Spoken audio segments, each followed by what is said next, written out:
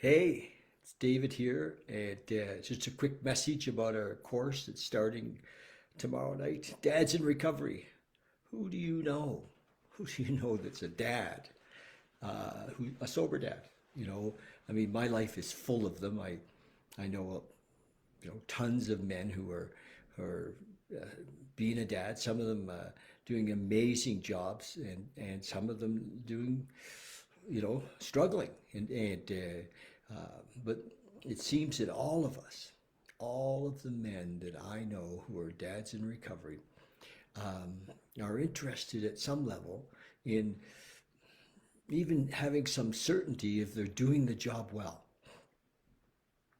How do we judge? I mean, I know we have to surrender and kind of let go, but how do we judge what we're doing right, what we're missing?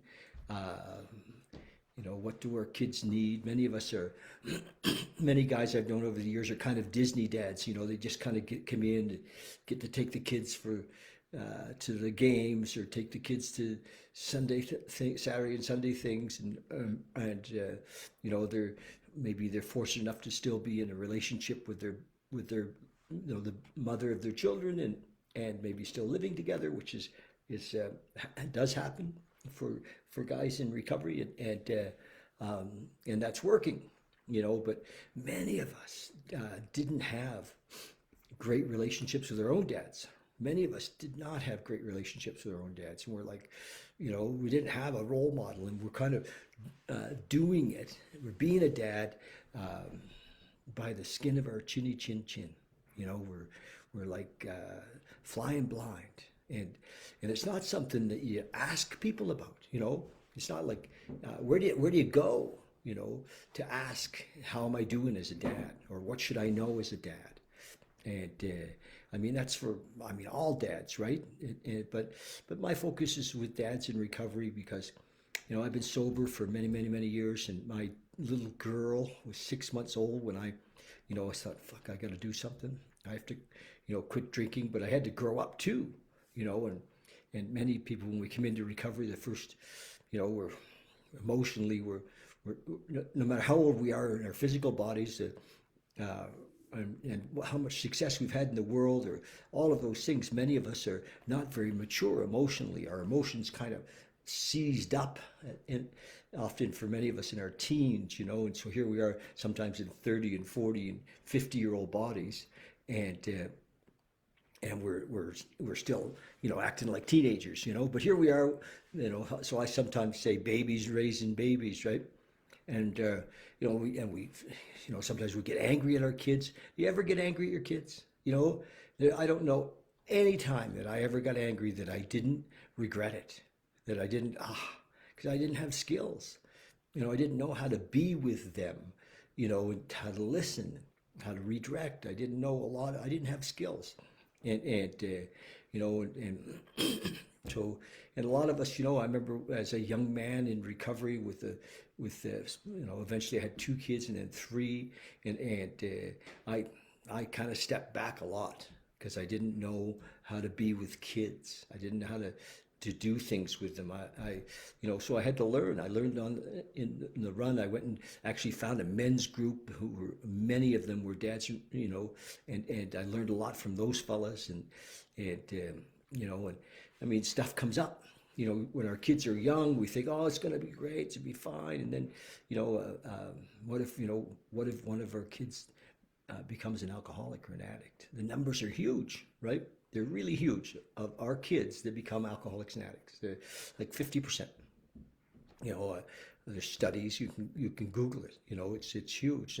I read a study the other day. It was 50 to 60% of our kids become addicts and alcoholics, and so that's scary stuff for us, isn't it? All the men I've interviewed and talked to about it, that's like one of the number one fears. That my kid's going to turn out like me and have to go through all the stuff that I went through.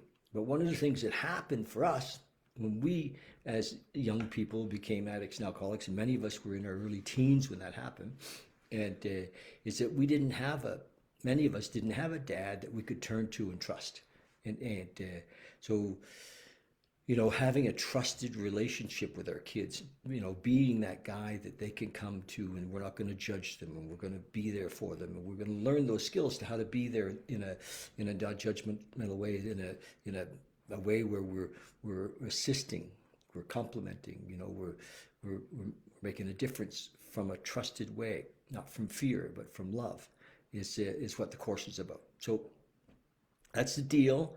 It's coming up soon. I mean, just think of it. You know, your own relationship with your dad. What's it like? What was it like? And having this context that I'm going to be a great dad because I'm not going to be like my dad is not good enough. And so we go through some stuff in the course. We talk a lot about, relationship with the children, but also relationship with their mother, the relationship with their own father. We talk about God. We're in recovery, so men in recovery, most of us have found some sort of a higher power in our lives. We have some spiritual basis in our lives, and when do we start to share that with our kids? And so that's a conversation. And then what happens when men come through the program? We have a private Facebook group for dads in recovery, so they can have support and mentorship for years to come. So if this is of interest to you, if you're thinking, God, I could do that, let's talk, because we start right away, like tomorrow night, and we've got room for a few more guys, and we'll work it out. Whatever that, give me a call. I put my number here, and text me, and I'll call you back, and we'll make it happen. Okay. So dads in recovery, how important is dad? How important is that? I was reading some stats the other day. I mean, you go to TED Talks and YouTube and look at all the videos that are, talking about this, our society. When dad doesn't show up, teenage pregnancies go way up. Kids don't finish high school, goes way up. I mean, it's important that dad's there, and of course kids going to jail. Lots of people, our jails are full of people who didn't have dad. So it's an important job. I think it's as important a job as mom. Having a dad helps for kids to be balanced, to how they feel about themselves, how they see themselves. I mean, when dad's not there, kids project it on themselves. What did I do wrong? How did I screw this up? And we carry that through our life. And so it's an important job. And I want to help men, lots of men, to be all the dad that they can be. And I don't know what's best for everybody in all situations, but I know that we can talk about it, and we can help to set, some context to run our parenting from, a loving context. Okay. That's it. Quick one. Love you guys. And love it if you share this. Love it if you have dads that that are in recovery that, I mean, who doesn't need this? So here's the thing, is often we think we know, right? We think we know, and we don't know. We don't know what we don't know.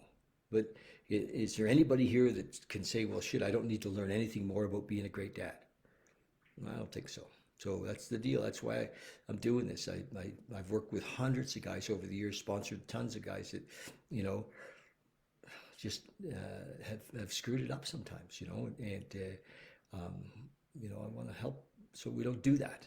And that's it. Love you lots. Talk to you soon. Subscribe. I'd love it if you subscribe to this channel. I'm going to do lots and lots of videos on being a great dad. I'm going to interview dads. We got plans to really, talk a lot about dads. It's dad's time. Here we come. Okay. Love you lots.